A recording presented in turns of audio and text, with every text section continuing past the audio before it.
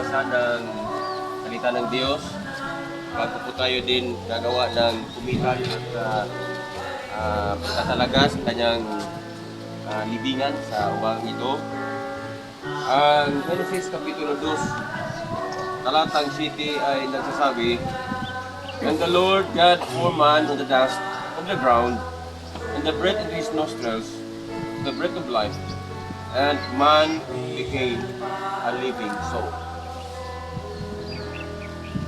Sa ating pagkaalam ay ang tao ay galing sa alabok ng lupa.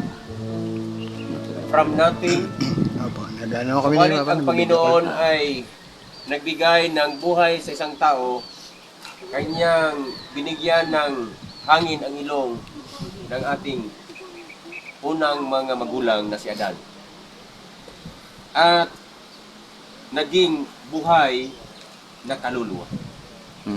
Subalit ang tanong po ngayon, kung kukunin yung o bawiin yung hininga ng tao, saan siya ngayon mapunta? At saan din mapunta yung alabok ng lupa? Ang sabi po dito ng Ecclesiastes Kapitulo 12, mga talatang 7, "Then the dust returned to the earth as it was, and the spirit shall return unto God who gave it." Ano po raw, sabi po ng banal na kasulatan, na kapag ang tao ay kinuha yung hininga ng tao, ay siya babalik doon sa alabok ng lupa.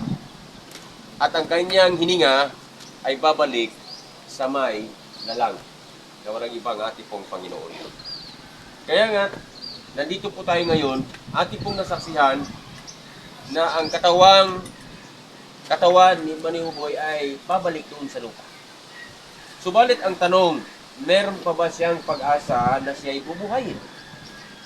Kung ating titingnan ang mga talata sa unang Tesalonika, mga Kapitulo 4, 16-17, at Juan Kapitulo 5, versikulo 28, na sa mga bubuhayin mo sa lupang ito. Pagpalain mo, Panginoon, sa espesyal na mga maran, ang kanyang pamilya, ang kanyang iniwanan. Maging kaming mga kapatid at kanyang mga apo, naway palakasin mo, Panginoon, sa pamagitan ng banal na Espiritu, na bagamat kami pinakaranas ng ganitong mga pangyayari, subalit kami pinagtitiwala, Panginoon, na ikaw ang nagkontrol sa lahat ng mga pangyayari. Kaya amin pong itinatalaga ang patayang katawan ni Manihuboy. Ito po ang aming pong samutalangin sa matamit sa pangalan ng Jesus. Amen. Amen. Sige. Pwede na.